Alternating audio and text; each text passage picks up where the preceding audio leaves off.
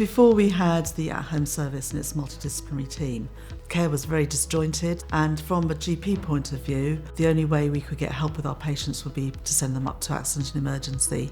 When you come to a hospital as an emergency, it's a snapshot of the reality. You kind of have the sense of putting a sticky plaster on and not really getting to the underlying problems. For staff, they would feel that something was needed but have no means of actually accessing that service easily and quickly.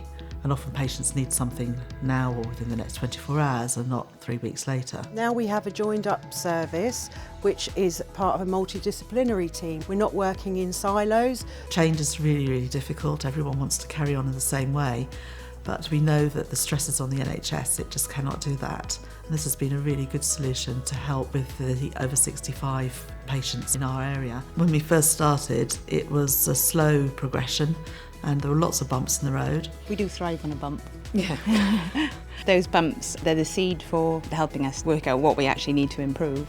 I think listen to your staff. You find problems along the way, and as long as your managers are listening, you'll develop something that makes it work. If you come to one of our meetings, you'll see that there's no hierarchy. You know that when you're going to see the patient, that the information you're bringing back is key to that patient's journey, so everyone feels that their opinion matters. My local GP said I was very, very ill, so I just had to go to hospital, but I didn't want to go. The attention I received there was excellent, but I just wanted desperately to get out, which without the home care team I don't think would have been possible. Our team can take the patient home, which provides the care. The physiotherapist and the occupator will carry on the assessments in the community and provide therapy in the knowledge that the baseline level will be reached in a few days, but we haven't quite achieved it yet. I really am grateful to the home care team because I know I would have just been in hospital longer or perhaps even gone back in, so all power to their elbows. We go out, give them the care they need and they don't come into the acute. In Epsom, those admissions has gone down and down by 6%. It's almost like a 10 to 12% reduction in non-lethal care admissions. I think it will work across the NHS.